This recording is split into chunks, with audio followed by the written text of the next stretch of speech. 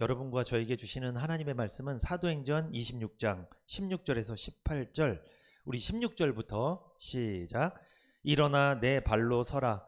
내가 내게 나타난 것은 곧 내가 나를 본 일과 장차 내가 내게 나타날 일에 너로 사환과 증인을 삼으려 함이니, 이스라엘과 이방인들에게서 내가 너를 구원하여 저희에게 보내어 그 눈을 뜨게 하여 어두움에서 빛으로, 사단의 권세에서 하나님께로 돌아가게 하고, 죄사함과 나를 믿어 거룩해 된 무리 가운데서 기업을 얻게 하리라 하더이다. 아멘. 복음을 주신 목적이라는 제목으로 은혜를 나누겠습니다. 사도행전 1장 8절에 말씀합니다. 오직 성령이 너희에게 임하시면 너희가 권능을 받게 될 것이다. 권능을 받게 되면 너희들은 가만히 있지 못하고 예루살렘과 온 유대와 사마리아 땅끝까지 이르러 예수님의 증인이 될 것이다. 예수님의 증인이 되면 예수님의 죽으심과 부활을 증거해서 많은 사람들을 영생을 얻게 하고 천국으로 인도하는 그 일들을 너희들이 감당하게 될 거다. 주님이 비전을 말씀하셨죠. 이 주님의 비전은요, 여러분과 저에게만 주신 것이 아니라 구원받은 성도 전체에게 주신 겁니다. 또한 사도 바울은요, 개인적으로 이 비전을 받았어요. 사도행전 9장 15절, 주께서 가라사대 가라, 이 사람은 내 이름을 이방인과 임금들과 이스라엘 자손들 앞에 전하기 위하여 택한 나의 그릇이라. 하나님 바울을 왜 택했대요? 이방인과 임금들과 이스라엘 자손들에게 예수님을 증거하기 위해서, 복음 증거해서 구원받는 일을 하게 하려고 하나님이 세우신 거예요. 하나님이 이 목사를 왜 세우셨을까요? 왜 세우신 거예요? 목사를 왜, 집사, 장로, 권사 왜 세우시는 거예요? 하나님이 복음의 증인이 되어서 나만 구원받고 끝나는 게 아니라 남도 구원받게 하려고, 다른 사람도 구원받게 하는 이 일을 감당하게 하려고 주님이 우리를 직분자를 세워주신 거예요. 이 바울이 택함받은 이유죠. 선교사가 되게 하기 위함이에요. 그런데 바울은요, 누구에게 복음을 전한대요? 사도행전 9장 15절 보니까 이방인과 임금들과 이스라엘 자손. 여러분, 이스라엘 자손들 당시에는 예수님을 잘 믿는 사람들이에요? 율법을 지켜서 구원받으려는 사람들이에요? 율법을 지켜서 구원받으려는 사람들이었기 때문에 예수 믿는 사람들을 싫어했어요. 그런데 하나님은 바울을 그런 율법주의자들에게 복음 전하라고 세웠다고 그러죠. 그러면 당연히 예상되는 수순이 뭐예요? 핍박을 많이 받겠죠. 그리고 이방인과 임금들한테 복음 전하려면 그들이 좋아하겠어요? 싫어하겠어요? 이방인, 임금, 이스라엘 자손에게 내 이름을 전하기 위해서 세웠다. 이 말, 주님의 이 말씀을 보면 이미 바울은요, 뭐가 예상되어 있는 사람이에요? 죽음과 핍박과 고난과 고통이 예상된 인생이에요. 하나님이 그렇게 부르셨다는 거예요. 바울은 사명을 받았잖아요, 비전을. 그래서 바울은 알았어요. 내가 선교사가 되는 것이 하나님의 꿈이구나, 하나님이 나에게 바라시는 거구나, 비전이구나. 그래서 그는 죽음을 무릅쓰고 목숨을 걸고 복음을 전했던 거예요. 그런데 자, 복음이 뭐라고 말씀드렸습니까? 아들에 관해서 성경에 약속된 거죠. 예수님에 관한 약속. 어떤 약속? 예수 믿으면 구원받고 영생을 얻는다는 약속. 이 약속이 복음이에요. 그래서 복음을 전하면 약속을 전하는 거예요. 그 사람에게 복음 전할 때 예수 믿으면 당신은 뭘 얻습니다? 구원받고 영생을 얻고 천국에 가게 됩니다. 이걸 소개해 주는 게 복음이잖아요. 그래서 예수님에 관한 약속이 복음입니다. 디모데후서 1장 1절에 생명의 약속, 히브리서 8장 6절에 더 좋은 약속, 베드로후서 1장 4절에 보배롭고 지극히 큰 약속. 이것이 다 복음의 또 다른 이름이라고 아까 말씀을 드렸습니다. 결국 바울은요, 몇 번 전도 여행을 갔죠? 아까 우리 말씀드렸죠. 한 번, 두 번, 세 번을 갔습니다. 근데 첫 번째 전도 여행 갔을 때는 튀르키예, 터키 지역에 있는 소아시아 교회들을 세웠고, 두 번째 전도 여행 때는 유럽에 있는 교회들을 세웠죠. 그리고 세 번째 전도 여행 때는 자기가 세운 교회들을 다 돌아보는 일들을 바울이 감당했습니다. 그런데 바울이 거기서 끝난 것이 아니라 어느 정도 교회가 세워지고 안정화가 됐음에도 그는 머물지 않았어요. 더 열심을 냈는데, 어떤 열심? 아, 내가 예루살렘에 가야 되겠다. 예루살렘에 이제 그 오순절이 될 텐데 그때 많은 유대인들이 율법주의자들이 모이는데 예루살렘에 함께 모여서 절기를 지키는데 그때 내가 가서 복음을 전해서 오순절 마가의 다락방의 성령의 역사를 다시 한번 경험하기를 원한다 하면서 기대감으로 갔잖아요. 복음의 타이밍을 잡았습니다. 그런데 그곳은 굉장히 위험한 곳입니다. 죽음의 위협이 도사리고 있는 예루살렘이었습니다. 그러나 그는 알았습니다. 모르고 갔을까요? 알고 갔을까요? 알고 간 거예요. 여러분, 우리가 전도할 때 누군가한테 말씀을 전할 때 저 사람은 나를 죽일 것 같아. 막 예수 믿으라고 하면 가만히 안 있을 것 같아. 그거 모르는 거예요? 사실 아는 거예요? 아는데도 그 사람한테 예수 믿으라고 했다는 거예요. 근데 예상대로 그 사람이 무슨 말이 와요? 좋은 말이 와요? 쌍시옷이 와요? 쌍시옷. 오물이 쏟아질 겁니다. 뭘 던지고 막 다시는 오지 말라고 이러고 막. 근데 그것을 알고도 전도를 했다는 거예요. 그 사람한테. 바울이 그렇게 했다는 거예요. 바울의 예상대로 바울이 예루살렘에 도착하자마자 유대인들은 거짓 모함과 선동을 했습니다. 바울은 죽음의 위기를 맞이하죠. 그때 이 로마의 천부장이 나타나서 바울을 구출합니다. 구출한 게 아니라 유대인들끼리 막 싸우니까, 바울도 유대인이고 그 율법주의자들도 유대인인데 싸우니까 소동이 일어나니까 이 로마의 천부장이 말린 거예요. 공권력이 출동해서 말렸는데 그때 바울을 체포했습니다. 왜냐하면 무슨 죄인지는 모르겠지만 이걸 한번 심사를 해봐야 되겠지만 뭐가 문제가 있으니까 이 사람 때문에 소동이 일어난 거잖아요. 바울을 체포했어요. 이제 바울이 죄인이 되긴 된 거예요. 그래서 바울은 감옥에 구류가 됐습니다. 감옥에 들어갔어요. 그 이후에 바울이 계속 재판을 받습니다. 이 천부장 앞에서, 그리고 벨릭스라는 이 로마의 총독, 그리고 나중에는 이 베스도라는 총독, 그리고 유대의 헤롯 아그리파 2세, 이 아그리파 왕 앞에서, 그리고 많은 관료들 앞에서 바울은 재판을 받는데 그때 바울이 재판받으면서 무엇을 했다? 오히려 그것을 복음 전하는 기회로 삼아서 자신의 구원 간증을 하면서 복음을 증거했습니다. 예수님을 전했어요. 대단한 사람이죠. 근데 저는 여기서 이 큰 은혜를 좀 발견했는데, 여러분 잘 보세요. 이 천부장은요 대단한 사람이에요.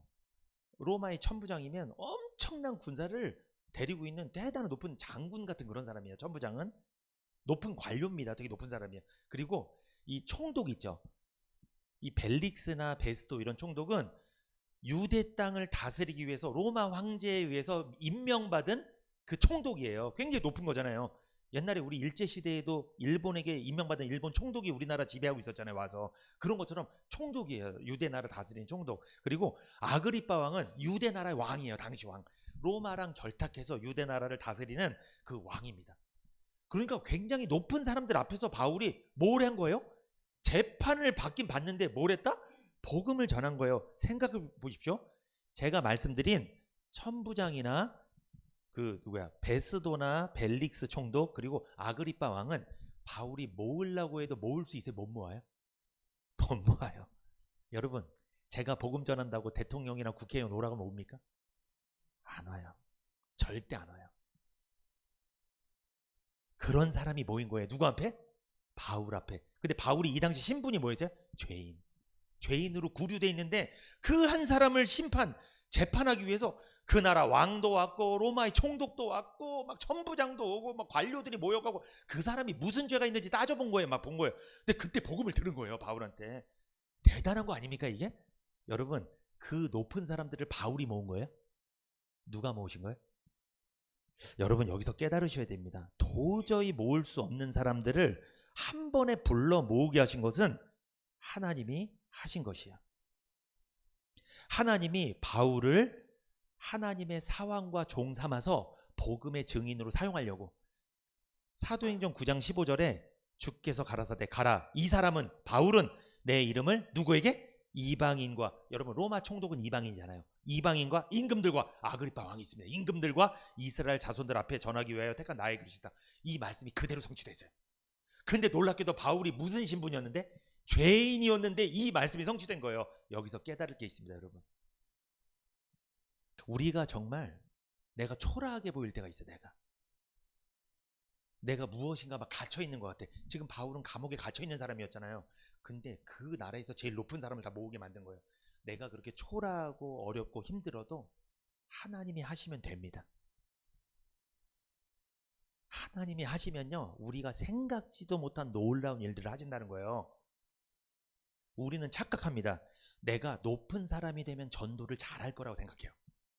내가 사장님이 되고 대통령이 되고 내 높은 사람이면 내 밑에 있는 사람 다 교회에 나올 거야. 그렇지 않습니다. 그게 아니에요. 바울은 지금 죄인이에요. 죄인인데 그 나라 왕부터 총독까지 다 온 거예요 지금.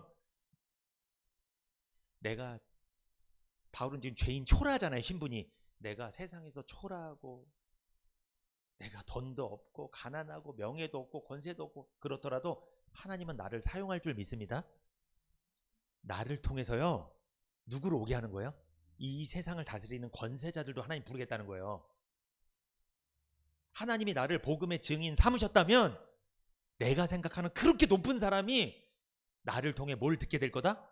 복음을 듣게 되는 거예요. 그런 자리를 하나님이 만드실 줄 믿습니다. 저는 그래서 우리 교회에 소망이 있습니다. 우리 교회 굉장히 작잖아요. 그래도 우리 교회를 통해서 많은 사람들이 복음을 듣게 될 줄 믿습니다. 저는 그거 믿어요. 좀 믿습니다. 위축되지 않아요. 그래서 바울 보세요. 죄인이잖아요. 아니 죄인이 어떻게 왕을 모으냐고요. 어떻게 총독을 오라가라 하냐고요. 오라가라 하지도 않았어. 자기들이 와서 재판하는 거예요. 이런 놀라운 섭리가 있다는 거예요. 일들을 벌인다는 거예요, 하나님이. 여러분, 바울이 오라고 해도 안 올 사람들이라니까, 이 사람들은. 온 거예요. 사도행전 25장 22절부터 27절까지 시작. 아그리빠가 베스도더러 이르되 나도 이 사람의 말을 듣고자 하노라. 베스도가 가로되 내일 들으시라 하더라. 자, 유대의 아그리빠 왕이 베스도 총독에게 내가 이 사람의 말을 좀 들어보고 싶다. 이 사람 누구야? 바울. 바울이 무슨 말을 하는지 좀 들어봐야 되겠다. 그 사람이 뭔가 죄가 있다고 하는데 아직 불분명하니까 사람들은 저렇게 죽이라고 난리를 치는데 왜 그런지 이유에 대해서 좀 들어봐야 되겠다, 이런 거예요 지금. 25장 23절. 이튿날 아그리빠와 버니게가 크게 위의를 베풀고 와서 천부장들과 성중의 높은 사람들과 함께 신문소에 들어오고 베스도의 명으로 바울을 데려오니, 높은 사람들이 다 모았습니다. 바울이 무슨 말하는지 한번 들어보려고. 25장 24절. 베스도가 말하되 아그리빠 왕과 여기 같이 있는 여러분이여, 당신들이 보는 이 사람은 유대의 모든 무리가 크게 외치되 살려두지 못할 사람이라고 하여 예루살렘에서와 여기서도 내게 청원하였으나. 지금 바울이 예루살렘에서 붙잡혀갖고 가이사랴란 도시로 지금 와서 감옥에 갇힌 거예요. 그런데 그 가이사랴 감옥에 있던 바울을 불러다가 이 사람이 도대체 무슨 죄를 졌는지 한번 따져보자, 그런 거예요 지금. 이렇게 죄도 없는데 벌을 내릴 수는 없거든요. 따져보자. 왜 사람들이 이 바울을 죽이라고 그렇게 난리를 치는지 이유를 들어보자. 누구에게? 바울에게 한번 들어보자. 왜 그러는지. 자, 사도행전 25장 25절. 나는 살피건대 죽일 죄를 범한 일이 없더이다. 그러나 저가 황제에게 호소한 거로 보내기를 작정하였나이다. 자, 이거는 로마의 총독이 바울을 신문을 했어요. 사실 했는데 죄가 있다 없다? 아무리 봐도 이 사람은 죄가 없어. 죄를 찾지 못하겠다는 거예요. 사람들은 죽이라고 하지만 나는 모르겠다는 거예요, 총독이. 여러분, 이거 누구랑 똑같아요? 예수님도 본디오 빌라도가, 유대 총독 빌라도가 예수님을 딱 신문하니까 죄를 발견했어요? 못했어요? 못했어요. 발견을. 아무리 봐도 죄인이 아니라는 거예요. 사람들이 다 죽이라고, 예수님 죽이라고 난리를 치는데, 십자가에 못 박으라고 막 하는데 아무리 봐도 아닌 거예요. 상황이 똑같아요. 바울도 지금 아무리 봐도, 총독이 봐도 아닌 거야. 이게 아닌 사람을 죽일 수는 없잖아요, 억울하게. 그래서 그리고 바울이 뭐라고 이야기했냐면, 나는 로마의 시민권이 있습니다. 나를 로마로 보내주십시오. 그래서 가이사라 황제한테 판결을 받고 싶습니다.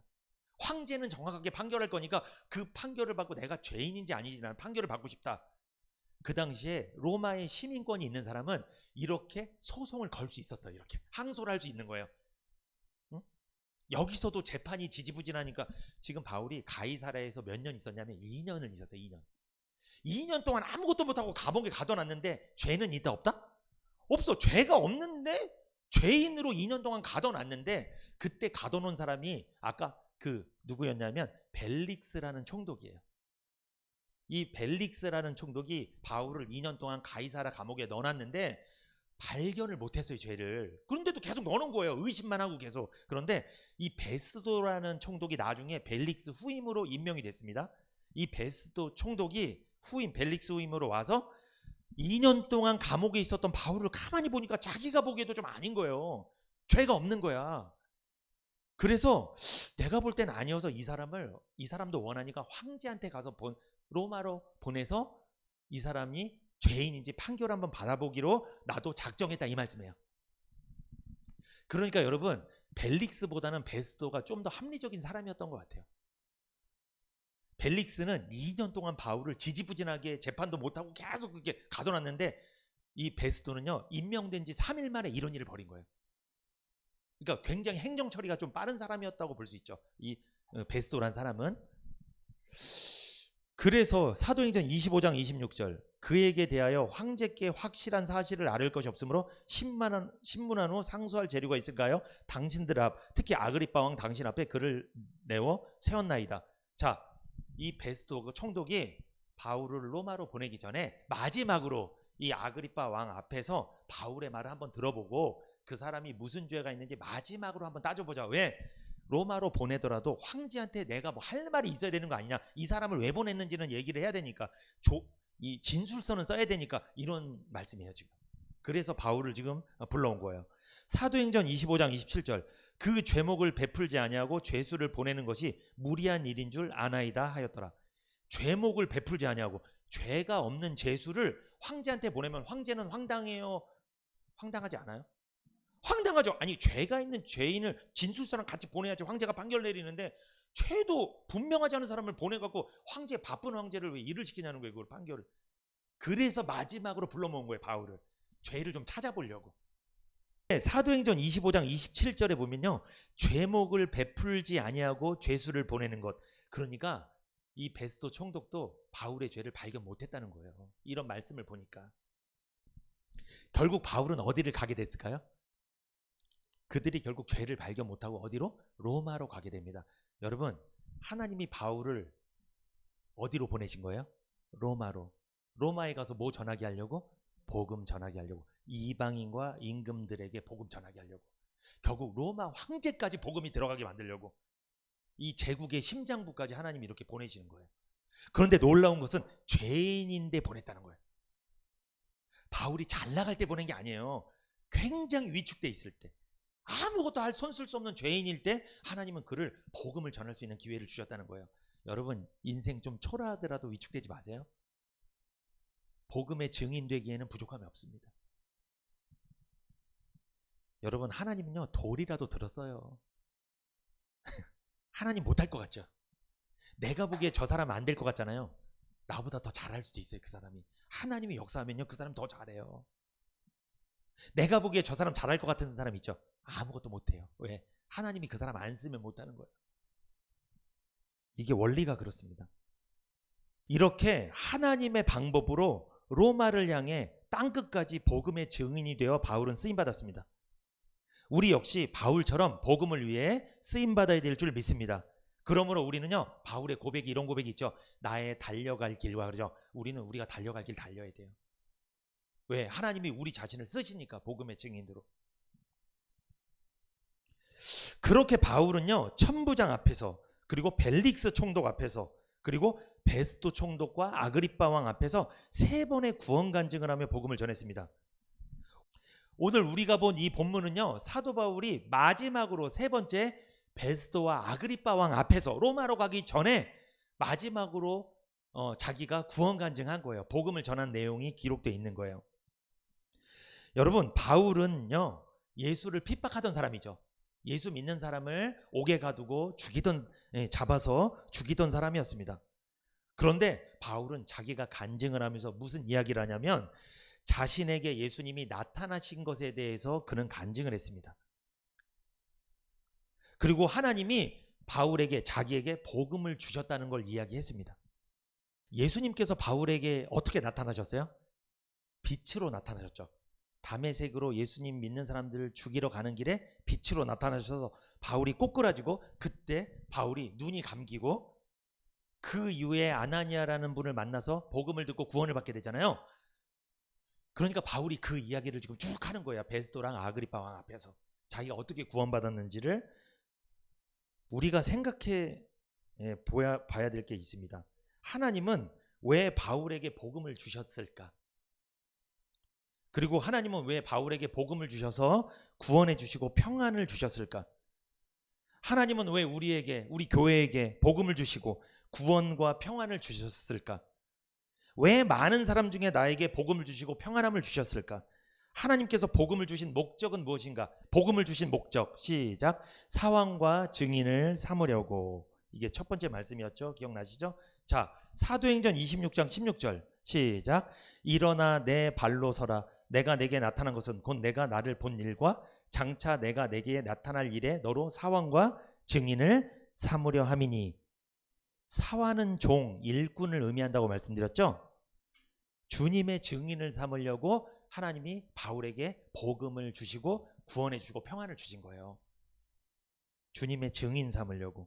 여기 보면 나를 본 일이라고 돼 있죠. 여러분, 나를 본 일이 뭐예요?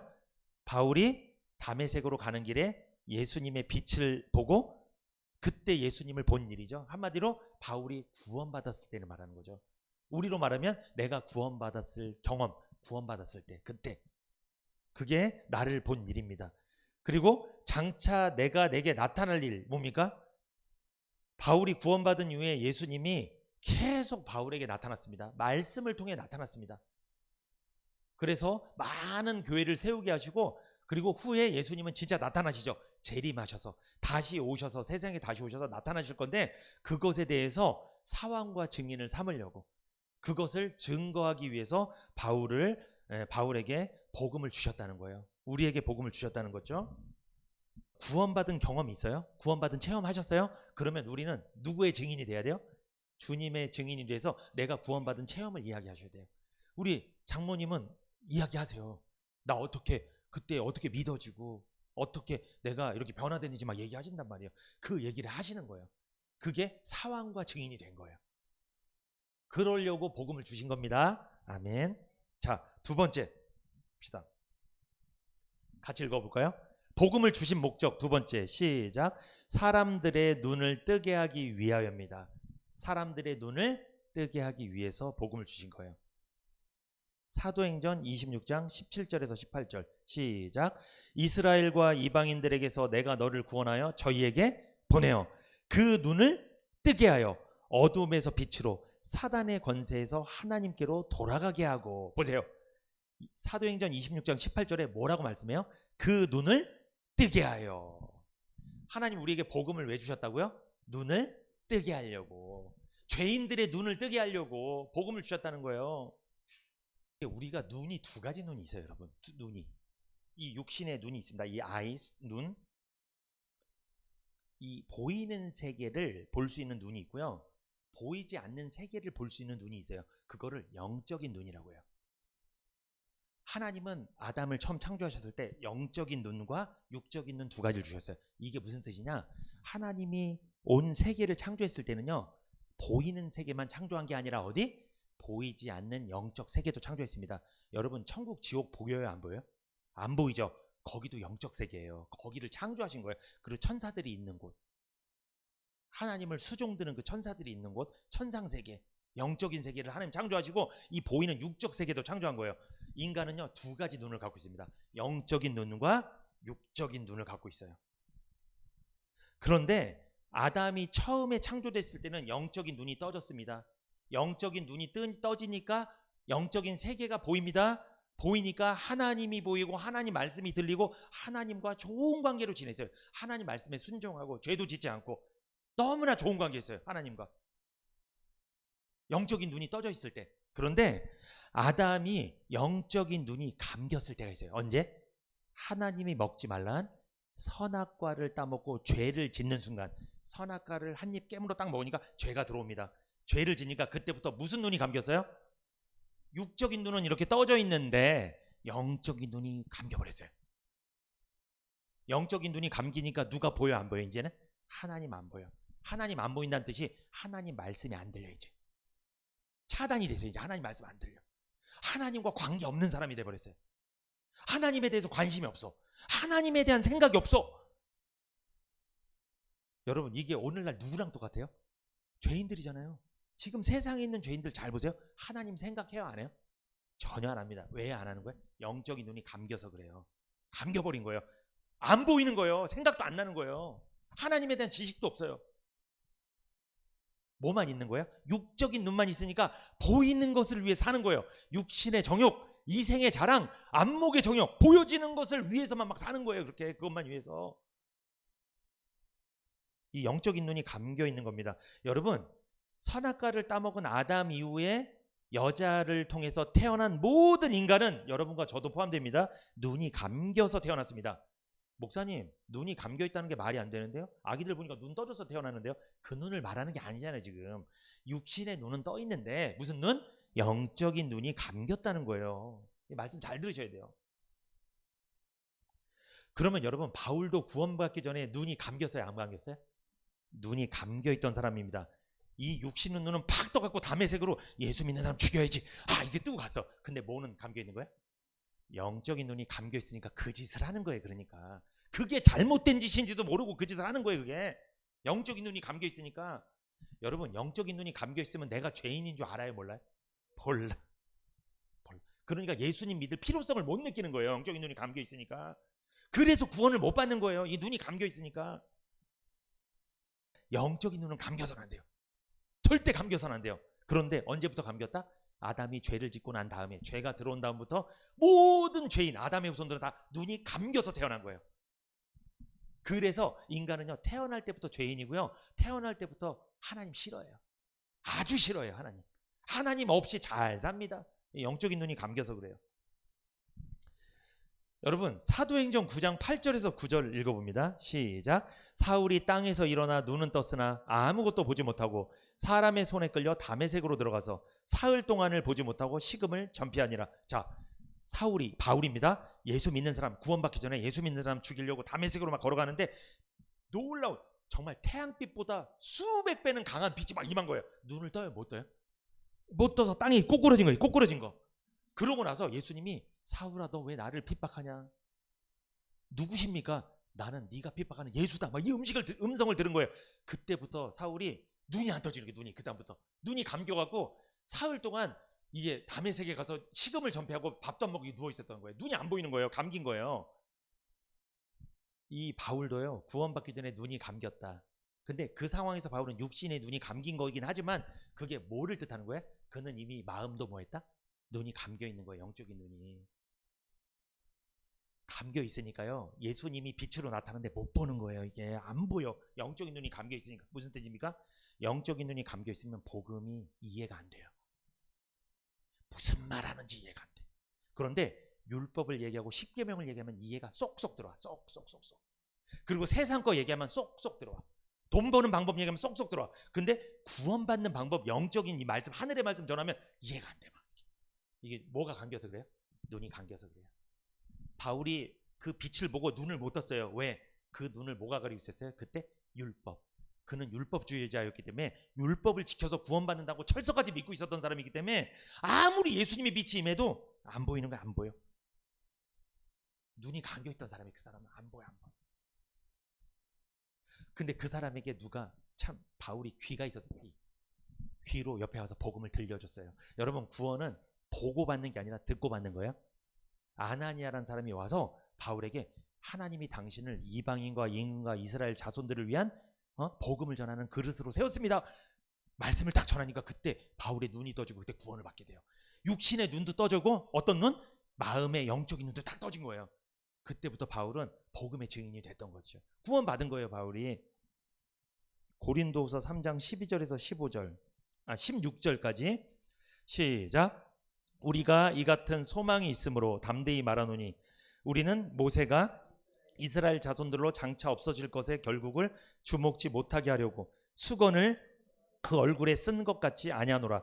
그러나 저희 마음이 완고하여 오늘까지라도 구약을 읽을 때 그 수건이 오히려 벗어지지 아니하고 있으니 그 수건은 그리스도 안에서 없어질 것이라.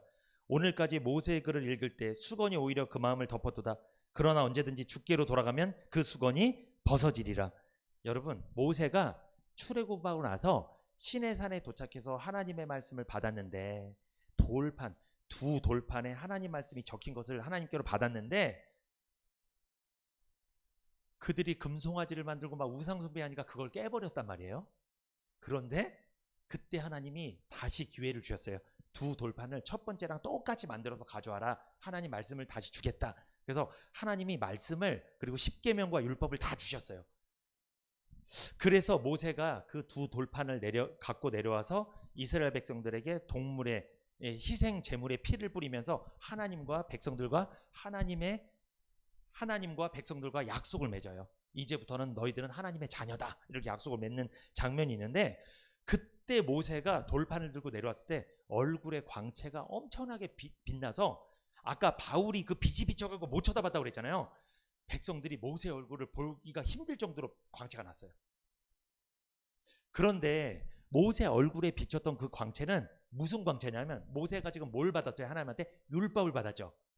율법을 받았는데도 그렇게 영광스러운 광채가 났다. 그런데 모세는 그 광채를 못 보게 하려고 어떻게 했다? 수건을 가렸다. 왜 수건을 가렸을까요? 율법의 영광을 바라보지 말고 어떤 것? 복음을 바라보게 하려고 일부러 모세는 좋은 의도에서 그걸 가린 거예요. 근데 그것을 딱 가렸을 때, 수건으로 가렸을 때 안타깝게도 그들의 마음도 수건으로 덮여졌어요. 모세 얼굴만 수건으로 가려진 게 아니라 그들의 마음도 수건으로 덮어졌습니다. 이 수건으로 덮어졌다는 게 뭐예요? 이 수건으로 덮어졌다? 이게 뭐냐면 이 유대인들이 율법을 철저히 지켜야 구원받을 수 있다. 이런 생각에 사로잡혔다는 거예요. 그런 생각이 마음속에 가득 찼다는 거예요. 이게 수건에 덮어있다는 거예요. 여러분, 이런 사람은 예수 믿으라고 하면 믿어요? 안 믿어요? 안 믿어요. 이게 덮어 있어서 그래. 이게 눈이 가린 거예요. 영적인 눈이 가려져 있는 거예요. 그 뜻이에요, 지금 이게. 그래서 오늘날도 이스라엘 백성들은 수건이 덮어 있어요. 모세 때 덮여있던 그 수건이 계속 덮여 있는 거예요, 지금. 모세는 수건을 왜 덮었냐면 복음 믿으라고 덮은 건데 그들은 그걸 깨닫지 못하고 여전히 그들 마음속에도 수건이 덮어 있어서 예수가 들어갈 수가 없어. 수건이 덮어 있어갖고. 예수를 안 믿어요, 지금도. 그래서 폭탄만 쏠 줄 알지 예수님 안 믿는다니까요. 고린도후서 3장 15절 보세요. 오늘까지 모세 글을 읽을 때 수건이 오히려 그 마음을 덮어두다. 모세 글은 구약이잖아요. 구약 성경을 이스라엘 백성들 여전히 읽는데 오늘날까지도 수건이 덮어 있다는 거예요. 이게 뭐다? 그들은 예수를 믿을 틈이 없다. 아예 예수가 들어갈 수가 없어. 아예 수건으로 덮어 있어서. 여러분, 이단들 있잖아요. 이단들은 예수를 믿을 틈이 있어요, 없어요? 없어요. 안 믿어요. 없어요.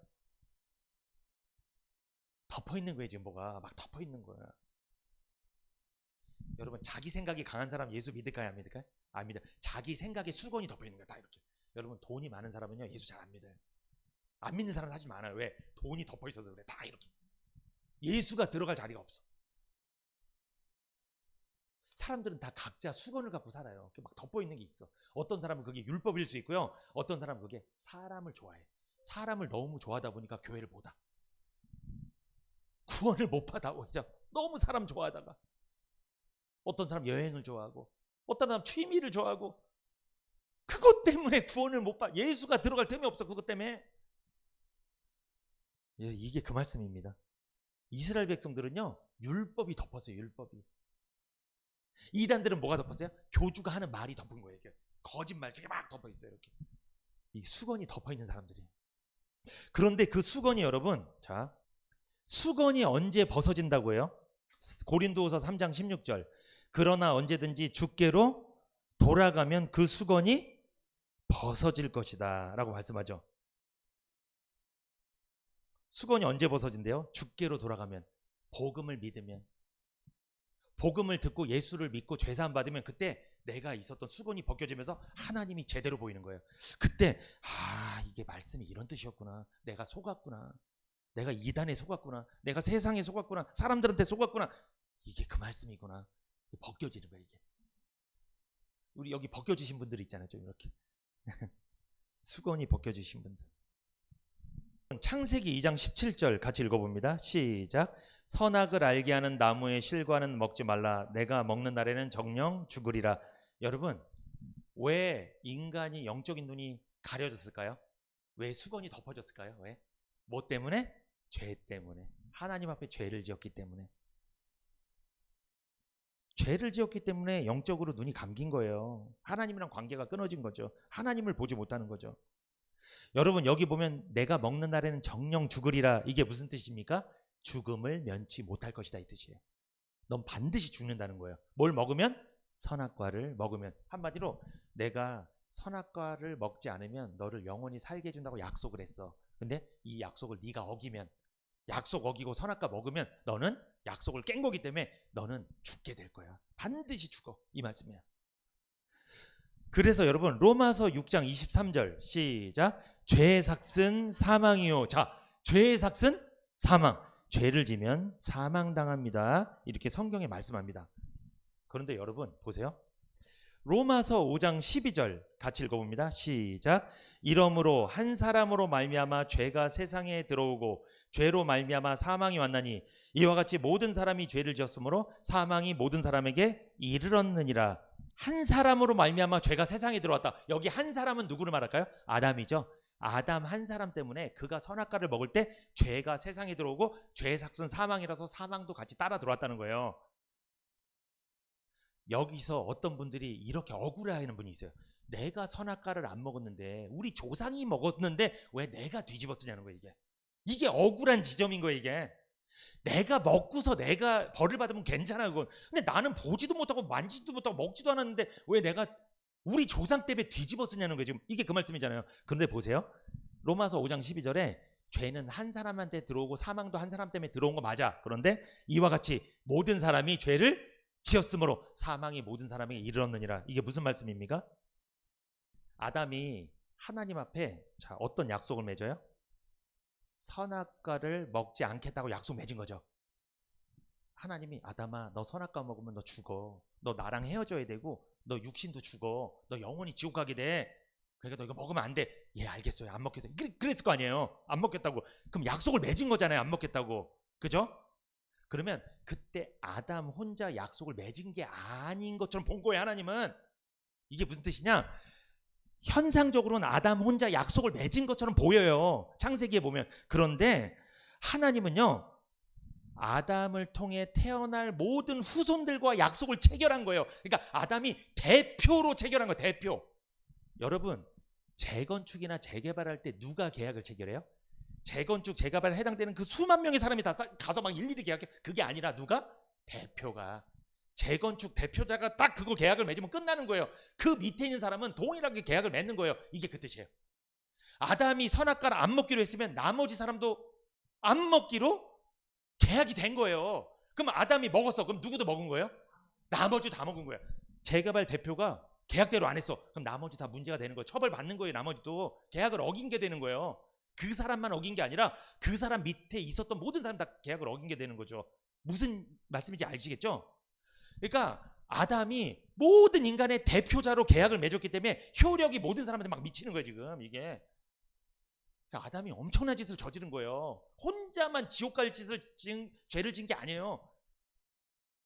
그 사람으로 인해서 그 사람 후손들이 모두 다 죄인이 돼버린 거예요. 그러니까 여러분 이 대표자라는 걸 기억하셔야 됩니다. 이 대표.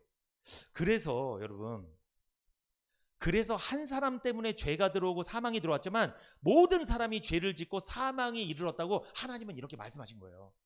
이게 무슨 뜻이에요? 나는 아담 한 사람이랑 계약한 게 아니야. 누구랑? 모든 사람들과 한 거야. 너희들 명심해야 돼. 이게 그 말씀이에요. 자, 로마서 5장 18절 19절 시작.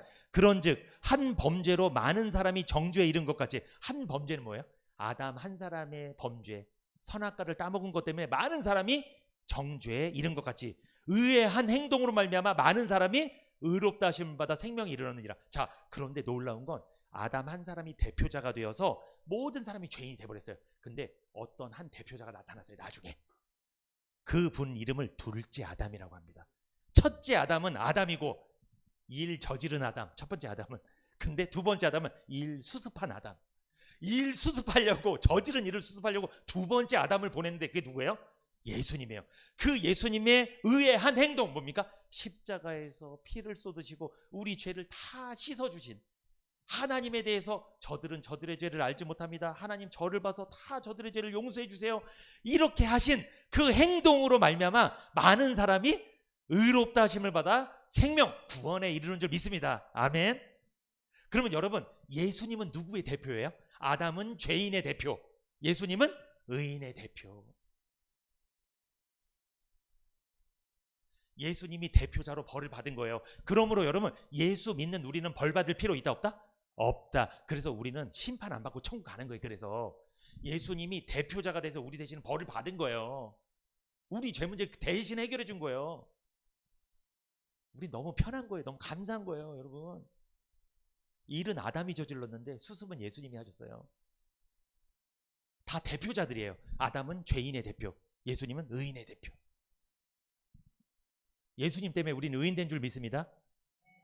의인의 대표이신 예수님이 우리 죄를 대신 감당하셨으면 우리는 감당할 필요가 없는 거예요. 이제는 이걸 믿는 게 예수 믿는 거예요.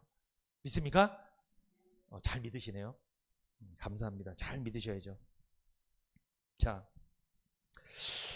여러분, 한 사람 아담이 죄를 지어서 모든 사람이 유죄 판결을 받았습니다. 그러나 한 사람 예수님이 십자가 구속으로 모든 사람이 무죄 판결을 받게 된 거죠. 영원한 살 길이 열린 거죠. 한 사람이 불순종해서 모든 사람이 죄인이 됐습니다. 그러나 한 사람 예수님의 순종으로, 십자가의 순종으로 모든 사람이 의인이 된 줄 믿습니다. 그 중에 우리도 있는 줄 믿습니다. 아멘. 창세기 2장 17절에 보면 죄를 지으면 정령 죽으리라 있잖아요. 여러분, 죽으리라. 이 죽음에 대해서 여러분 의미를 아셔야 돼요. 이 죽음은 세 가지 의미가 있어요. 죽음은 어떤 의미가 있어요? 첫 번째, 영적인 죽음이 있어요. 영적인 죽음. 이 영적인 죽음은 뭐냐면 아담이 선악과를 먹었을 때 그때 죽은 거예요. 목사님 그때 살아있던데요? 몸은 살아있겠죠. 그러니까 영적인 죽음이 뭐예요? 영적으로 눈이 뭐한 거예요? 감긴 거예요. 그게 영적인 죽음이에요. 영적으로 눈이 감기니까 하나님과 관계가 끊어져. 하나님과 소통이 안 돼. 하나님과 교통이 안 돼. 이게 영적으로 죽은 거예요. 그러면 세상 모든 사람은 지금 죽은 거예요? 안 죽은 거예요? 죽어 있어요. 죽은 사람들이에요. 불쌍해요. 죽어 있어요. 영적으로 죽어 있어요. 뭐만 살아있는 거예요? 몸뚱이만 살아서 다니는 거예요. 지금 영적으로 죽은 거예요. 이 영혼이 죽어 있는 거예요. 지금 이게 영적인 죽음입니다. 하나님과 관계가 끊어진 거를 말하죠. 하나님의 형상을 잃어버린 거예요. 여러분, 물고기가 물 밖으로 던져진 게 영적인 죽음이에요. 나무가 뿌리가 뽑혀서 땅 위로 던져진 거죠. 아담이 선악과를 따먹은 다음에 영적으로 죽었잖아요. 눈이 감겼잖아요. 그때 그들이 한 행동을 보세요. 창세기 3장 8절, 그들이 날이 서늘할 때에 동산에 거진 실은 여호와 하나님의 음성을 듣고 아담과 그 아내가 여호와 하나님의 낯을 피하여 동산 나무에 뭐한지라? 숨은지라. 여러분, 영적으로 눈이 감긴 사람 특징 뭐예요? 숨어요. 숨어. 누구를 피해? 하나님을 피합니다. 그래서 영적으로 눈이 감긴 죄인들한테 교회에 오라고 하면 싫어해요. 하나님을 피해. 싫어. 말씀도 싫어하고 맨날 이런 말해. 당신 나한테 설교하지 마 그래. 아주 싫어요. 예수 꺼내지도 못해. 큰일 나 그러면. 영적으로 눈이 감기니까 숨고 싶어. 아담도 그랬어요. 선악과를 먹고 영적으로 감기니까 하나님 안 보여. 그러니까 무서워. 막 숨어 나무 뒤에. 진짜 그랬어요. 아담. 숨습니다. 그리고 로마서 3장 23절, 모든 사람이 죄를 범하였음에 하나님의 영광에 이르지 못하더니. 여러분, 인간은요 선악과를 따먹었을 때 영적으로 죽었습니다. 하나님의 영광에 이르지 못합니다. 이게 무슨 뜻입니까? 하나님께서 처음 해주셨던 영광스러운 모습을 잃어버렸다는 거예요. 하나님의 형상, 그걸 다 상실했다는 거예요. 하나님의 형상이 깨졌다는 거예요. 이게 영적인 죽음을 말하는 거예요. 자, 불신자들은 영적으로 죽은 거 이거 인정할까요? 안 할까요? 안 해요. 그게 뭔지도 몰라요. 그들의 생각에 죽음은 뭐밖에 없어요? 육신의 죽음밖에 없는 거예요. 수준이 낮은 거예요. 그러니까 영적으로 생각도 안 해요. 이 세상에서 잘 먹고 잘 사는 게 유일한 소망이에요. 왜 그런 거예요? 그게 왜 그런 거예요? 그러니까 영적으로 눈이 감겨서 그래요. 안타까운 거죠. 그러니까 그게 불쌍한 거예요, 여러분. 근데 그렇게 수준 낮은 사람들을 부러워해. 돈 좀 많다고 우리는 막 부러워해. 우리 영적으로 눈이 떠진 사람이 왜 눈이 감긴 사람을 부러워하냐고요. 그게 불쌍한 사람들인데 그렇게 살다가 이 세상에서 성경에도 있잖아요. 그 말씀이 우리의 연수가 70이고 간 거라면 80인데 무슨 호사를 누리겠다고. 아니, 영적으로 눈이 감겼는데 돈 많다고 영적으로 눈 떠진 사람들이 막 부러워해. 막 이게 비참한 거예요. 이게 하나님 보실 때 얼마나 씁쓸할까. 하늘나라 오면 엄청난 거 받을 사람이 여기서 좀 못 받았다고 그게 막 원망스럽고 막 불평하고 막 좌절하고 낙심하고 이래서는 안 되겠죠, 여러분. 이래서는 안 됩니다. 선악과를 따먹는 순간 영적으로 죽었습니다. 그런데 무슨 죽음이 또 왔냐면 두 번째, 육적인 죽음이 찾아왔어요. 창세기 3장 19절, 내가 얼굴에 땀이 흘러야 식물을 먹고 필경은 흙으로 돌아가니 그 속에서 내가 취함을 입었음이라 너는 흙이니 흙으로 돌아갈 것이니라 하시니라. 너는 흙이니 어디로 돌아가라? 흙으로. 여기서 이 흙이 무슨 뜻이냐면 먼지란 뜻이에요. 티끌. 하나님이 우리를 뭐로 만들었는 줄 아세요? 이 떠다니는 먼지로 만든 거예요. 먼지로. 이 떠다니는 티끌 있죠. 이 먼지를 막 모은 거예요. 모아서 사람 모양을 만들어서 거기에 하나님이 호흡을 호흡게 하셔서 사람을 생명체로 만드신 거예요. 여러분, 우리가 그래서 무슨 출신이에요? 먼지 출신. 훅 불면 날아가는 아무 쓸모없는 존재들. 그런 우리를 하나님이 사람으로 만들어서 예수 믿고 구원받게 하신 거예요. 우리를. 여러분, 감사해야 됩니다. 여러분, 우리가 먼지 출신이라는 거 잊으면 안 돼요. 우리가 겸손해야 될 이유가 있어요. 무슨 출신? 먼지 출신이에요. 그리고 우리 죽으면 이 몸은 먼지로 돌아가는 거예요. 먼지로. 다 부서져 버리는 거예요. 다 날아가는 거예요. 여러분, 먼지는요, 귀해요, 흔해요? 흔합니다. 누구도 주목 안 해. 딱 있으면 훅 불어버려 그냥. 그걸로 우리 만들었다니까요, 여러분. 하나님 앞에 진짜 겸손해야 돼요. 막 내 뜻대로 막 주장하고 이래서는 안 됩니다. 하나님 보시기에 감히 먼지 주제에 하나님 앞에 그렇게 하면 안 되잖아요. 우리가 왜 교만한 줄 아세요? 이걸 잃어버려서 그래요. 먼지 출신이라는 걸 망각했어. 이게 교만이잖아요. 먼지예요. 하나님 말씀합니다. 너는 흙이니 흙으로 돌아가. 이 무슨 뜻이에요? 너는 이 육신이 반드시 죽는다. 영원히 살 수 없다. 이 몸은 죽는다. 이 육적인 죽음을 말하는 거예요. 그런데 여러분, 죽음이 한 가지가 더 있어요. 어떤 죽음? 데살로니가 후서 1장 8절에서 9절 시작. 하나님을 모르는 자들과 우리 주 예수의 복음을 복종치 않는 자들에게 형벌을 주시리니 이런 자들이 주의 얼굴과 그의 힘의 영광을 떠나 영원한 멸망의 형벌을 받으리로다. 여러분, 영원한 멸망의 형벌이 뭐예요? 이게 영원히 어디 간다는 거예요? 지옥에 격리된다는 거예요. 영원히. 다시는 나올 수 없는, 한 번 들어가면 나올 수 없는 그 지옥에 영원히 격리된다. 누가? 하나님을 모르는 자들, 우리 주 예수의 복음을 복종치 않는 자들, 예수 안 믿는 사람들 전부 다 영원한 멸망 형벌을 받는다. 영원히 죽는다 이거예요. 그러면 여러분, 정리하면, 자, 아담은 선악과 따먹었을 때 죽었죠. 어디가 죽은 거예요? 영이 죽은 거예요. 영적으로 눈이 다쳤어. 근데 눈은 떠 있어요, 이렇게. 그런데 눈은 떠 있지만 이 눈도 언제 감기는 거예요? 언제? 죽을 때. 우리가 이 세상에 살다가 죽을 때 이 육신의 눈도 감기는 거예요. 요걸 육적 죽음이라고 해요. 그렇게 죽으면 어디 가는 거예요? 그렇게? 죄를 용서 못 받고 죽으면 어디? 영원한 죽음의 상태로 들어가는 거예요. 지옥으로 가버리는 거예요. 이게 뭐예요? 선악과를 먹으면 정령 죽는다 이 뜻이에요.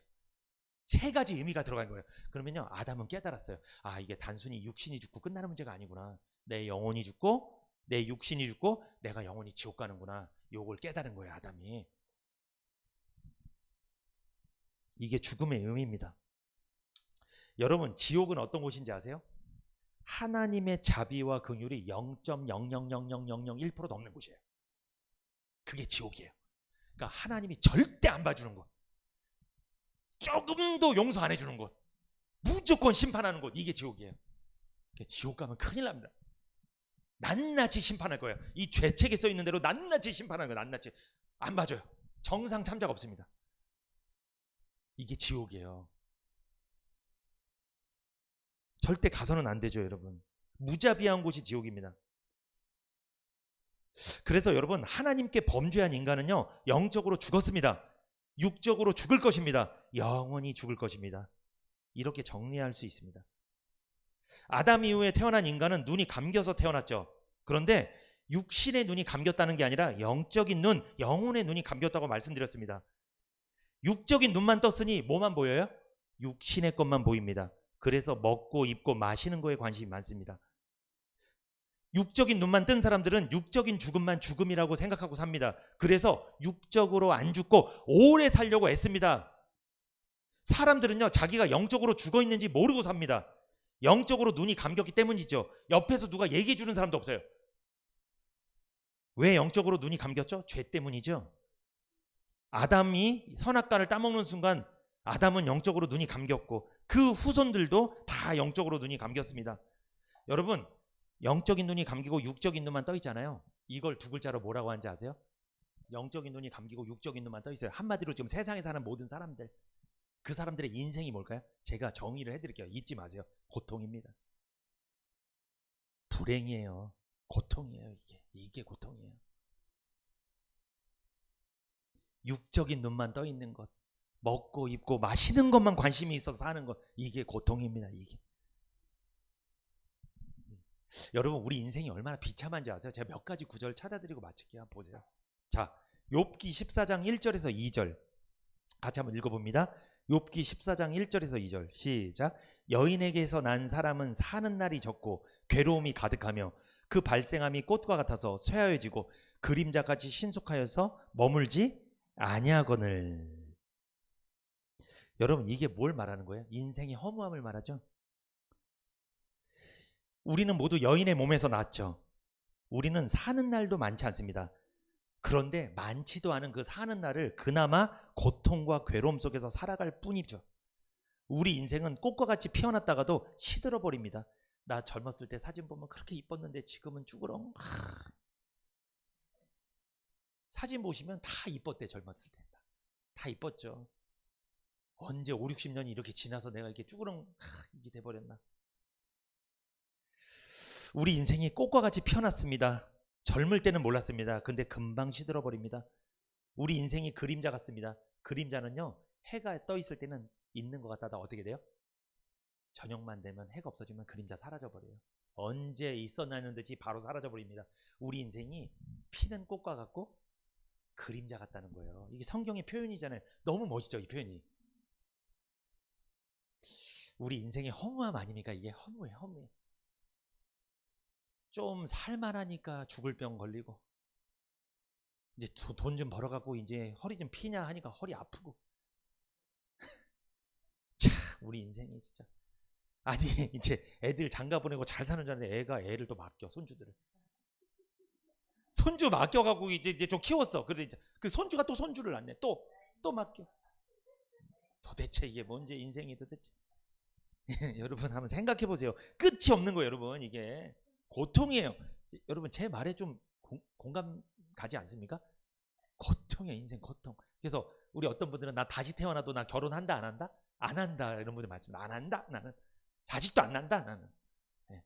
요즘 젊은 사람들 안 낳잖아요. 이 생에서 안 해버리잖아요. 그냥 뭐 다시 태어나지도 않을 거지만 그럴 일은 없겠지만 이 생에서도 안 나버리잖아요. 고통스럽지 않게 살고 싶다는 거죠. 근데 애기 안 낳아도 고통이에요, 사실. 혼자 사는 건 만만한 것 같습니까? 만만치 않아요. 그것도 인생 자체가 고통입니다, 여러분. 성경은 우리에게 되묻는 거예요. 너희 인생이 고통 아니냐? 무슨 뜻이에요? 여러분, 욥기 14장 1절에서 2절의 말씀은 영적인 눈이 감긴 사람이야, 떠 있는 사람이야? 감긴 사람의 인생이 이렇게 고통스럽다는 거예요. 근데 영적인 눈이 떠있잖아요. 고통이에요, 행복이에요? 행복. 그때부터 행복. 한마디로 구원받으면 행복해요. 그때부터. 이제 졸업이야. 고통은 졸업, 이제 행복의 시작입니다. 이거 그 말씀을 하는 거예요, 이게. 자, 여러분 시편 90편 10절 같이 읽어봅니다. 시편 90편 10절 시작. 우리의 연수가 70이요 강건하면 80이라도 그 연수의 자랑은 수고와 슬픔뿐이요 신속히 가니 우리가 날아가나이다. 지금 연수가 70 넘으신 분들 계시죠? 축하드립니다. 70 넘으신 분들. 이게 통상적으로 70은 산다. 그런데 강건하면 얼마까지 산다? 80까지 산다. 80, 90, 100살 사시기를 축복합니다. 장수하시기를 축복합니다. 그런데 여러분, 자, 이게 무슨 말씀입니까? 우리 인생이 짧다는 뜻이죠. 아니, 70 살면 뭐하고 10년 더 살면 뭐 할 거예요? 짧다는 거예요. 70이나 80이나 짧은 거예요. 아니, 아담은 선악과 먹기 전에 영원히 살 수 있었는데 그거 놓쳐버린 거예요. 그거를 선악과를 먹고 나서, 죄를 짓고 나서. 여러분, 70이든 80이든 우리 인생은 짧습니다. 기껏해야 좀 노력하고 건강관리하면 80년 사는 건데, 그나마 그렇게 사는 인생 고통과 슬픔뿐 덧없이 지나가고 손살같이 빠르게 날아간다고 성경 말씀하는 거예요. 여러분, 우리요, 인본주의 쓰시면 안 돼요. 인본주의가 뭐예요? 인본주의, 사람이, 하나님과 상관없이 사람이 만들어낸 것들이 인본주의죠. 사람이 만들어낸 생각, 사람이 만들어낸 원리, 사람이 만들어낸 사고방식, 어떤 생활방식, 사람이 만들어낸 문명, 이런 거 다 인본주의잖아요. 여러분, 인본주의는요, 우리에게 진정한 생명, 영생을 줄 수 없습니다. 우리에게 진정한 행복과 만족을 줄 수 없어요. 왜 그런 줄 아세요? 말씀드릴까요? 인본주의 누가 만든 거예요? 인본주의? 인간이. 인간 몇 살아요? 얼마 살아요? 우리 연수가 70 아니면 80. 그것도 건강관리하면 80. 기껏해야 80 사는 인간이 만들어낸 인본주의 갖고 감히 영원히 살려고 그래? 안 되는 거예요. 하나님이 헛웃음이 나오는 거예요. 하나님이 헛웃음이. 감히 80 정도 사는 인간이 영원히 살 수 있는 방법을 만들어낸다고? 너희들이? 여러분, 이단들 다 거짓말쟁이들이에요. 이단 교주 좀 오래 살대. 90까지도 살대. 지금 막 100살까지 살고 있어. 100살까지 산다고 봅시다. 100살까지 사는 그 인간이 영원히 사는 하나님을 감히 비긴다고? 하나님이랑 비교할 수 있겠습니까? 그 100살 사는 그 교주가 이렇게 하면 구원을 받습니다. 그 거짓 말씀에 속아갖고 수십만 명 이렇게 돌아다니는데 안타까운 거예요. 안타까운 거죠. 기껏해야 80 사는 사람 머리에서 나온 어떤 방법은 우리를 천국에 데려다 준다, 못 데려준다? 못 데려준다. 근데 이건 할 수 있어요. 이 세상에서 잘 살게는 만들어요. 자, 서점에 가면 부자 되는 방법, 잘 사는 방법, 건강한 방법, 오래 사는 방법 많이 나와 있습니다. 그거 살면 80, 90, 100살도 살아요. 또 돈도 많이 벌 수 있어요. 그런데 그건 여기서만이에요. 여기서만. 우리를 저 하늘나라로 데려다 주지 못하는 거예요. 왜? 기껏해야 80 사는 그 짧은 인생을 사는 사람 머리에서 나온 거기 때문에 안 되는 거예요. 그거는. 그런데 여러분, 우리가 천국 가는 방법, 누구 머리에서 나온 말씀 들어야 돼요? 하나님의 머리에서 나온 이 말씀, 이 복음의 말씀을 들어야 우리가 영원히 천국에 가게 될 줄 믿습니다. 왜 그럴까요? 하나님은 영원한 분이어서 그래요. 죽지는 않아요. 하나님은 영원한 분이에요. 시작도 없고 끝도 없는 분이에요. 그분이 하신 말씀만이 우리를 영원히 살게 만드는 거라니까요. 사람에게 진정한 만족과 생명과 구원을 주신 분은 영원한 시간 속에서 살아가시는 하나님이십니다. 그 하나님의 머리에서 나온 복음의 말씀만이 우리를 영원히 살게 하는 거예요. 믿습니까? 여러분, 그러니까 인본주의 의지하지 마세요. 너무 다 일시적인 거예요. 그거는 잠시 잠깐 누리는 거예요. 욥기서 14장 18절에서 19절 같이 읽어봅니다. 욥기 14장 18절에서 19절 시작. 무너지는 산은 정령 흩어지고 바위는 그 자리에서 옮겨가고 물은 돌을 닳게 하고 넘치는 물은 땅에 티끌을 씻어 버리나이다. 이와 같이 주께서는 사람의 소망을 끊으시나이다. 여러분, 이게 무슨 말씀입니까? 산이 무너져 내리고 부서져 내릴 때가 있죠. 바위가 그 자리에 있다가 있는 것 같이 보이지만 그 바위가 어느 순간 사라져 버립니다. 물이 바위를 흘러버리면 이 바위가 물에 닳습니다. 그래서 바위가 나중에 없어집니다. 엄청난 비가 오면 흙을 씻어내버립니다. 이것처럼 주님께서는요, 우리의 희망과 우리의 바램을 끊으실 때가 있다는 거예요. 산은 항상 그 자리에 있을까요? 언젠가는 다 없어질까요? 다 없어집니다. 바위는 그 자리에 있을까요? 무너져 부서져 바람을 맞고 물을 맞으면 다 닳고 없어지죠? 이게 뭘 뜻하는 거예요? 인간이 만들어 놓은 학문과 이론과 문명, 모든 인본주의는 영원하지 않다는 거예요. 산이 무너져 내리고 부서져 내리듯 바위가 그 자리에서 사라져 버리듯 물이 바위를 닳아 없애듯 엄청난 비가 흙을 씻어 버리듯 이런 것들은 반드시 없어진다는 거예요. 영원하지 않다는 거죠. 영원하지 않은 거예요. 그래서 여러분, 영원하지 않은 것들의 마음을 뺏기잖아요. 그걸 두 글자로 뭐라고 할까요? 고통입니다. 그게 고통이에요. 허무 고통. 영원하지 않은 것의 마음을 뺏길 때. 여쭤볼게요. 돈은 영원해요? 영원하지 않아요? 돈 좋죠. 근데 거기에 마음 뺏기잖아요. 말씀보다 돈을 더 좋아하잖아요. 남는 게 뭔지 아세요? 고통이에요. 허무함이랑. 인정 안 할 수 없습니다. 여러분, 이건. 이 마음에 좀 와닿으시는 말이죠. 이게 너무 이게 와닿잖아요. 한번 우리를 돌아봐야 돼요. 여러분 사람 영원한 것 같죠? 오늘 다르고 내일 다르고 내일 모레 달라요. 사람 얼굴 싹 씻어버려요. 그냥. 예, 다릅니다. 화장실 들어갈 때 나올 때 다르죠? 달라요. 사람은 실시간으로 바뀌는 거예요. 나한테 이익되는 대로 움직이는 거예요. 막 의지하지 마세요. 이렇게 말씀드리는데 그래도 밖에 나가서 그러고 있어. 또 사람 의지하고 있어. 이게 우리 연약함인데 이게. 그래서 예배 드리시라는 거예요. 이 시간이라도 깨달으시라는 거예요. 그런데 여러분, 자, 욥기 14장 19절에 이와 같이 주께서는 사람의 소망을 끊으시나이다. 뭡니까? 우리가 의존했던 걸 하나님이 쓸어버릴 때가 있어요. 욥도 그랬죠. 욥이 의존했던 게 뭐예요? 재산이 많았잖아요. 땅도 많았고 자식이 많고 손주도 많고 엄청 많았어요. 그거 아주 성경을 보시면 다 죽어요. 다 없애버려요, 하나님이. 근데 그가 가장 귀한 걸 얻었어요. 누구를 얻었을까요?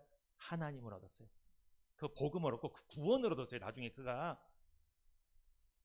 여러분, 우리 인생 왜 이렇게 힘든지 생각해 보셔야 돼요. 왜 나를 자꾸 날릴까, 하나님. 와, 쓸어버릴까 자꾸만. 뭐가 있는 것 같은데 없어지고. 누구 바라보라는 거예요? 하나님 바라보라는 거예요. 깨달으셔야 돼요, 빨리. 원리가 간단해요, 그거는. 근데 우리가 안타까운 게 뭐냐면 내가 뭐가 다 쓸리잖아요, 없어지잖아요. 그것만 보고 있어, 맨날. 아이고 아이고 아이고 그러고 있어. 그러니까 눈이 감겨 있는 거야, 항상. 내가 받은 상처, 아픔에만 집중해, 계속. 하나님 여기서 엄청난 거 주려고 하고 있는데 지금 요쪽을 보면 되는데 복을 받는데 계속 거기에 빠져 있어. 맨날 원망하고 넋두리하고 여기 복을 못 받는 거에 대해서. 이게 다 인본주의입니다, 여러분. 이게 다 인본주의예요, 여러분. 이런 거 하나님 다 쓸어버린다니까요, 다. 의지하지 마세요, 사람. 영원하지 않습니다. 영원하신 분은요, 하나님 한 분뿐입니다. 영원히 살아계신 하나님께서 말씀하신 복음만이 인간을 고통에서 벗어나 영원한 구원과 기쁨과 만족을 누리게 하실 줄 믿습니다. 여러분, 그러면 영적인 눈을 뜨게 하는 방법은 뭐예요? 한 가지 방법밖에 없어요. 말씀, 복음을 전하는 거예요. 복음을 들려줘야지 눈이 떠지고 그가 이 세상에서 좋아하는 것들을 끊는단 말이에요. 이제는 끊는다는 게 완전히 끊어버린다는 게 아니라 우선순위를 바꾼다는 거예요. 아, 세상도 좋지만 누가 더 중요하다? 하나님이 중요하시구나. 이 말씀이 중요하구나. 바꾼다는 거예요, 우선순위를. 이제는 끊는다니까 다 끊는 게 아닙니다. 그게 아니에요. 돈 있어야죠. 사람들도 도움을 받아야죠. 하나님보다 먼저 두면 안 된다는 거예요. 이게 그 말씀이에요. 여러분, 사람들이 복음을 받기 싫어하고 복음을 거부하는 이유 뭡니까? 교회 오기 싫어하는 이유, 전도가 힘든 이유, 영적으로 눈이 감겼기 때문에 그래요. 구원을 못 받아서 그래요. 그래서 그래요. 죄 때문에 그래요. 죄 때문에. 복음만이 죄를 없애줄 수 있어요. 복음만이 사람들의 영적인 눈을 뜨게 할 수 있다는 거죠. 그래서 에베소서 1장 18절 시작. 너희 마음 눈을 밝히사 그의 부르심의 소망이 무엇이며 성도 안에서 그 기업의 영광의 풍성이 무엇이며. 자, 너의 마음의 눈을 밝히사, 요걸 두 글자로 구원이라고 합니다. 여러분, 이게 영적인 눈을 밝히는 거예요. 뜨게 해주는 거예요.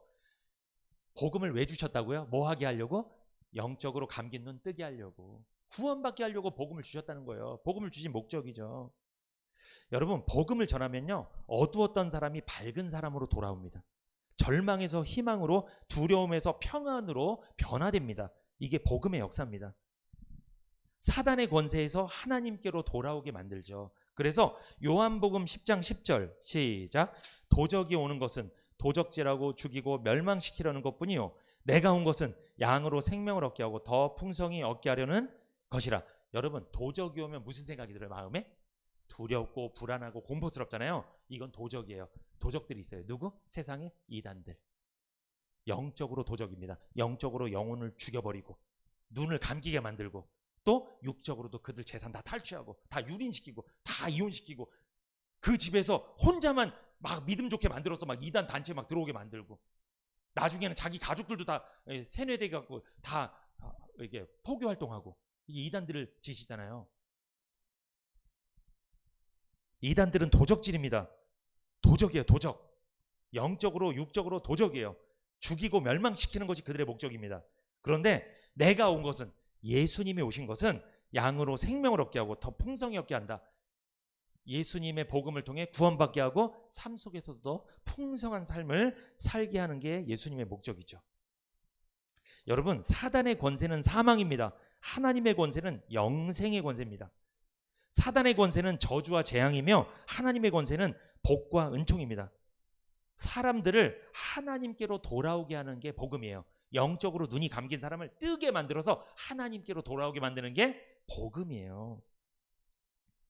복음으로 눈을 뜨게 하는 역할을 우리가 감당해야 됩니다. 그것이 우리의 사명입니다. 우린 생명을 살려야 돼요. 이러한 일을 위하여 바울을 선교사로 삼으신 거고 우리를 하나님께서 이 복음 전파자로 삼으신 거예요. 바울이 아까 세 번째 구원 간증을 했다고 그랬잖아요. 베스도와 아그리파 왕한테 막 마지막에 구원 간증을 했습니다. 근데 그들의 반응이 궁금하지 않으신가요?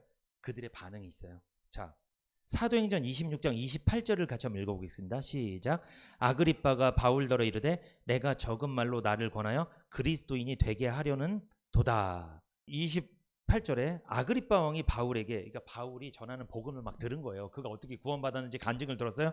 그러니까 그가 무슨 말을 합니까? 네가 나를 뭐가 되게 하려고 한다? 그리스도인이 되게 하려는 도구나. 그리고 사도행전 26장 25절 읽어보겠습니다. 시작.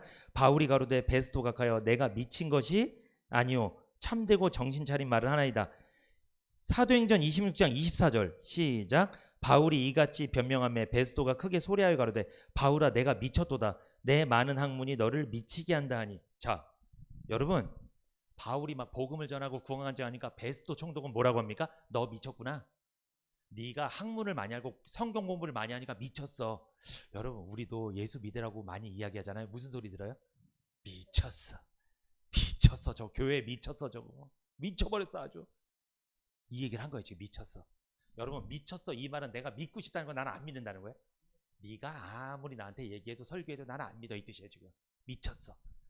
그리고 여러분 28절에 사도행전 26장 28절 아그리빠가 바울더러 이르되 내가 적은 말로 나를 권하여 그리스도인이 되게 하려 하는도다.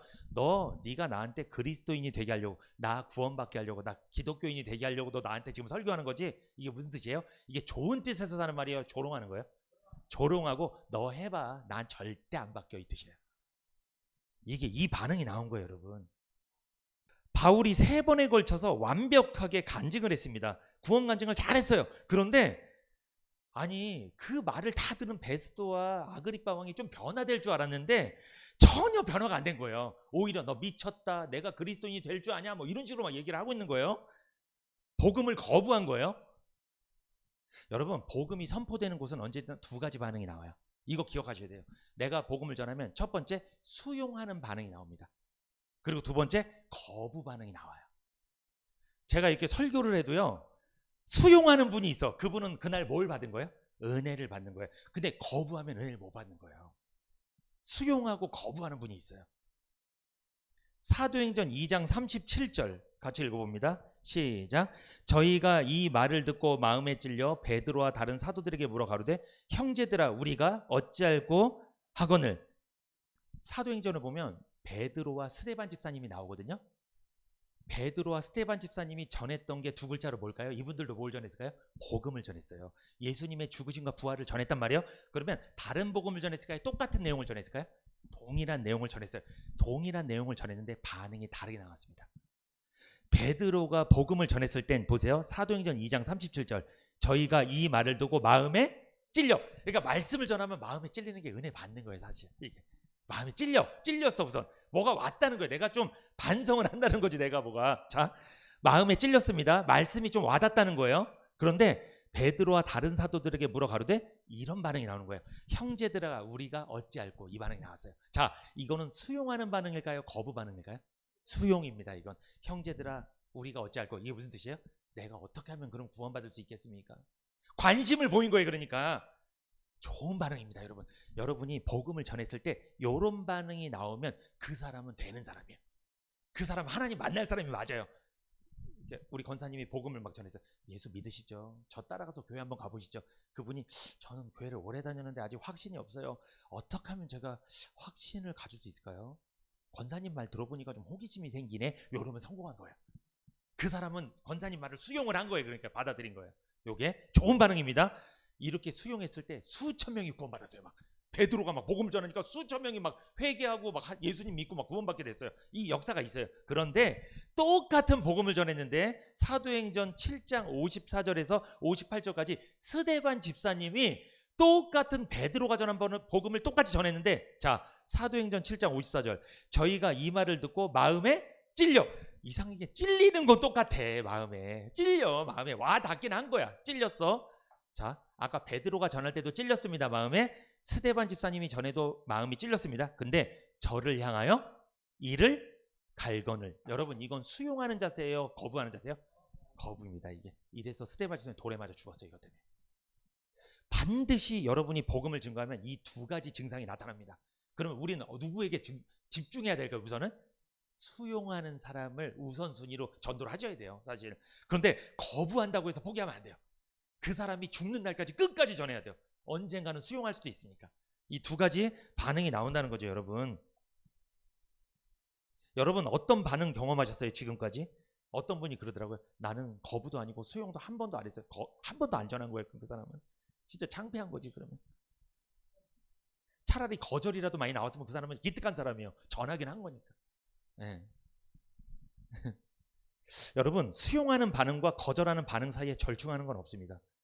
복음을 전하면요, 수용과 거절이 나타나는 거예요, 반드시. 근데 뭐가 많이 나타날까요? 거절이 많이 나타나요, 사실. 왜? 눈이 많이 감겼으니까. 많이 감겨 있어요. 그런데 그런 수용과 거절 과정을 거치면서 어떻게 이 교회가 세워져 나가는 것입니다. 여러분, 바울이 3번에 걸쳐서 완벽한 구원 간증을 했습니다. 복음을 전했습니다. 그런데 베스도는 바울에게 미쳤다고 하고, 아그리빠 왕은 네가 나를 그리스도인이 되게 하려 한다고 복음을 거부했습니다. 여러분, 바울은 무슨 반응이 나온 거예요? 수용이 나온 거예요? 거부가 나온 거예요? 바울도 거부 반응이 나온 거예요. 거절하는 반응이 나온 거예요. 바울 실망했겠죠. 그래도 나름 말씀을 논리적으로 잘 전했는데, 3번에 걸쳐서 기회를 살렸는데 말입니다. 그런데 여러분, 바울은 그 당시 실망했겠죠. 근데 이게 실망할 일이 아닙니다. 왠 줄 아세요? 바울이 이렇게 간증했던, 3번에 걸쳐서 구원 간증했던 이 말이 있죠. 오늘 본문을 포함해서 이 말들이 오늘날까지 전해져 내려와서 여러분과 제가 구원받게 된 것입니다. 그 바울의 간증을 통해서, 그가 남긴 간증을 통해서 오히려 오늘날 우리가 구원받았다니까요.